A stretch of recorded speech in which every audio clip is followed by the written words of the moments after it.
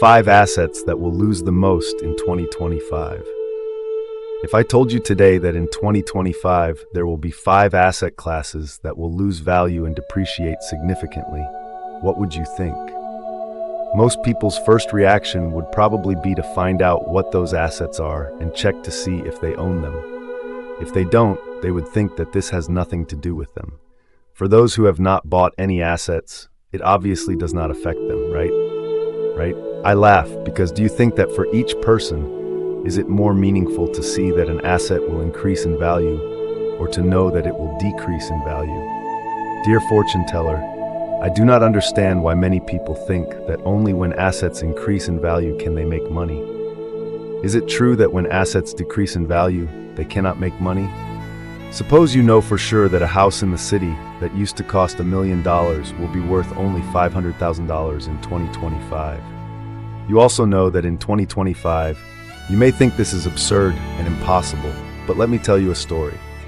In 2011, many Japanese people immigrated to the United States. After a few years of renting in the US, they realized that the country is not for them and want to return to Japan in 2025. By then, they will find that the value of their assets has at least doubled. Why? Because when they emigrated, they converted their assets from yen to dollars. The dollar has actually doubled against the yen right now. The same goes for us. Whether the asset price goes up or down, there are ways to make money. In fact, Warren Buffett made the most money during the financial crisis. Li Ka-shing became the richest man in Asia when Hong Kong real estate prices plummeted, wiping out the fortunes of countless people. Why?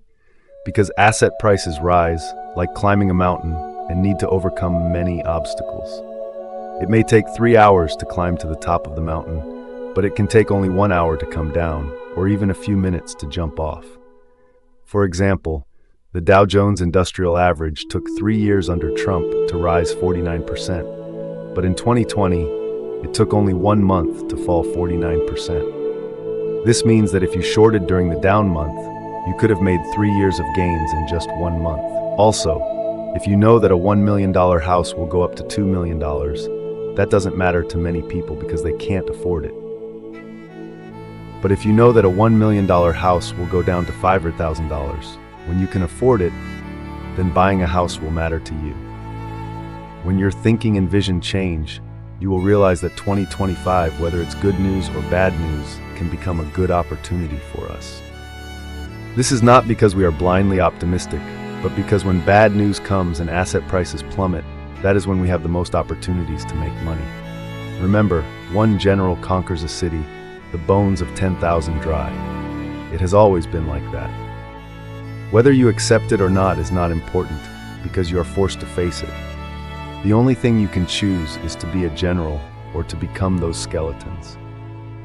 So today, if you wish to have this career mindset, if you do not want to be a skeleton in 2025, a sacrifice, or even if you hope to take this opportunity to break through the social class and become a leader, then you can follow my channel. I believe that in the future, I will provide more useful information for you. If you are afraid that after watching this video, you will not actually take action, please like this video. That way, the video will automatically be saved in your playlist, so you can watch and take action at any time. First of all, we need to open our third eye so that we can see what will happen this year. The method is very simple. You need to follow my thoughts. Use your mind to follow the flow of money, where the money comes from and where it will go. In other words, you have to understand the rules of the game to know what happens next. So what is currency? Many people will say that currency is money, but in fact, money is just money, not currency. Currency is a verb. You give me the goods, I give you the currency, then you use the currency to buy my goods. This is equivalent to a transaction, and a transaction requires both goods and currency. If you only give me money, but that money can't buy anything, then it's useless for me to hold it. Take Zimbabwean currency, for example. Even if you had 100 billion Zimbabwean dollars, you still wouldn't be able to buy a loaf of bread. Remember the story about someone spending 10,000 bitcoins to buy a pizza? That's because at that time, Bitcoin was just a currency, not a currency. Money can only become money when it can be exchanged for things you want. and those things are increasingly desired. For example, the dollar. But America can just turn on the printer and print countless dollars to buy things all over the world. You see, China produces goods very cheaply, right? America only needs dollars to buy Chinese goods. In this whole process, China spends labor, and America only needs to print money. So why does China still want to earn dollars? Simply because dollars can be exchanged for things that China wants. Not only China, but the whole world wants it. The most important thing is that those things were created by the US from scratch. That is the US government bond. US bond is like, you give the US a few dollars, let the US use that money to make a profit, then share a part of the profit with you. In other words, you invest in the US, the world's best money-making country, and let it make money for you. This sounds very fair. You sell to the US, get dollars, and then use the dollars to invest in the US. That's why the whole world sells to America, holds dollars and uses dollars to trade with each other. Dollars can be exchanged for more and more goods. You can use dollars to buy diamonds in Africa, to buy household appliances in Japan. Even in movies, people spend buckets of dollars to buy drugs. This is why the US keeps printing dollars without the value of the dollar decreasing dramatically, because the amount of goods that dollars can be exchanged for is increasing. So if you want to make a currency lose its value, there are only two ways. First, print too much money. Second, reduce the number of goods that money can buy, or make people not want those goods anymore. Have you noticed that right now, a $100 government bond on the note market is selling for just over $90 and still carries a 5% interest rate? What does that mean? In the past, if you lent me, the United States, $100, I would only pay you 2% interest, because if you didn't lend, the rest of the world would still be willing to lend. But now, if you lend me $100, I will pay you directly 5% interest. And you don't need to lend me the full $100, just $93. I will still charge you 5% interest based on $100. What does this mean? Friends, the first asset that will lose value in 2025 is the US government bond. Last year, when I told my clients this, many people did not believe it, because at that time the Fed was still raising interest rates. When the US bond yield was at 5%, many people thought that when the Fed cut interest rates, this 5% interest rate would disappear. So they rushed to buy bonds to lock in that interest rate. As a result, bond prices rose slightly. But then, even though the Fed actually cut interest rates, US bond yields did not follow suit. Why? Because US government bonds are not selling. You will notice that countries that have been the biggest supporters of the US, such as Japan, China, and the UK, are reducing their holdings of US bonds. This means that these countries no longer want to hold US goods and bonds, but only cash. This is national policy, and national policy does not change easily. So when no one wants to give the US money, the US is forced to raise interest rates and reduce bond prices to attract buyers. You can think about why these countries are reducing their holdings of US bonds. The reason is very simple. When I buy US bonds, I'm investing in the US, but the US uses that investment money to divide among capitalist corporations, which cannot pay their debts and even have to take on new debts to pay off old debts, or use more money to pay off debts. Think about it. The price of US bonds will fall, but the interest rate on them will rise. This means that the prices of many other assets, especially fixed income assets, will also fall. For example, if I buy US bonds, in just 3 months I will receive 5% interest without any risk. A $100 bond costs only $93. So why invest in assets that yield only 3% or 4%? This would cause the prices of yield-dependent assets, such as stocks, to fall. For example, a $100 stock that pays a $3 dividend would yield 3%. But now with a bond yield of 5%, for this stock to be as attractive as a bond, it must pay at least a 5% dividend. So the stock price must fall from $100 to $60 for a $3 dividend to yield 5%. This means that fixed income assets, like dividend stocks, will fall in price. Only when prices fall do yields rise, making these assets more attractive to investors than buying US Treasuries. So the second asset class that will lose value in 2025 will be fixed income assets, such as dividend-paying stocks. Many people buy stocks for long-term passive income, but this year, these stocks will likely continue to fall in price while yields rise. In addition, commercial real estate in the US will also face a more serious situation. Before the pandemic, people were busy working remotely, plus their consumer habits changed. People switched to online shopping, so you will notice that in the US, both offices and stores are hard to rent. This leads to commercial real estate in the US. Both selling prices and rents are falling sharply. This could be the trigger for the next financial crisis. Commercial real estate buyers are typically large investors, not small individual transactions. Most commercial real estate owners borrow money from banks. Now, with no one to rent or buy those properties, many owners in the US are no longer able to pay their debts, leading to refusal to repay their loans. As a result, these properties will be transferred to the banks. At the same time, the largest asset that banks hold is US government bonds. When both commercial real estate and bonds are down, what will happen to banks? This is why Warren Buffett sold his holdings of US banks. But what I want to emphasize here is, do you know where the money is going now? Pay attention to this detail. I used to use US dollars to buy goods from China. China then uses those dollars to buy US government bonds. The result is that the money eventually goes back to the US government. But now that US government bonds are no longer for sale, there is a problem. There is currency but no corresponding commodity. It is like the story I told earlier. 10,000 bitcoins can buy a pizza. That is, holding US dollars but not being able to buy anything is pointless. So the US needs to find another commodity to keep the dollars circulating. So you will see the US constantly adjusts and publishes high-growth employment figures to create the impression that when the global economy is weak, the US is the only one that is very strong.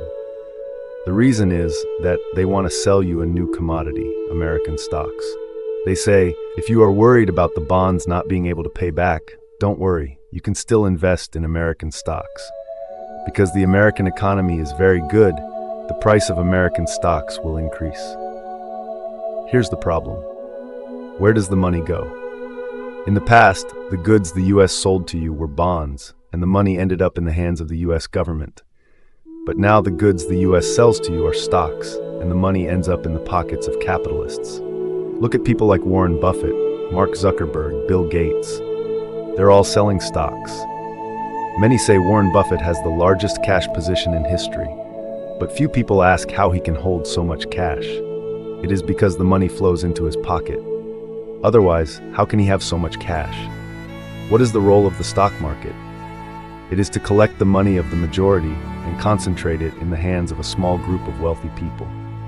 Capital markets do not create wealth, they redistribute it. Currently, the US government runs a deficit of $2 trillion a year. That means it spends $2 trillion more than it takes in. This means that most of the money goes to the capitalists, while the government does not have enough money to spend. If Trump comes to power without money to spend, he will not be able to do anything. So what should he do? Should he use his personal money to save the country? There are only 3 ways. The first is to increase income, but that is unlikely to increase significantly. The second is to crash the stock market, causing money to flow back into US government bonds. Right now, people are buying US stocks instead of bonds.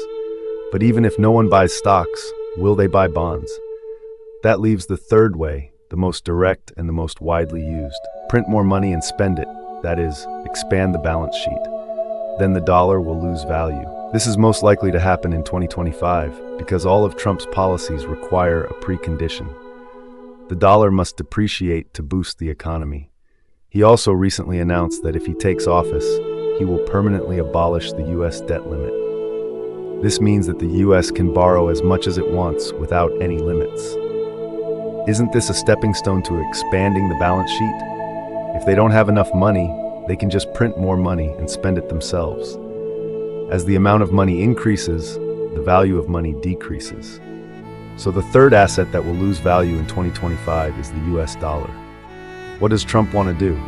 Raise import tariffs. This means that if China wants to sell $100 worth of goods to the US, it may have to pay an additional $20 in import tariffs.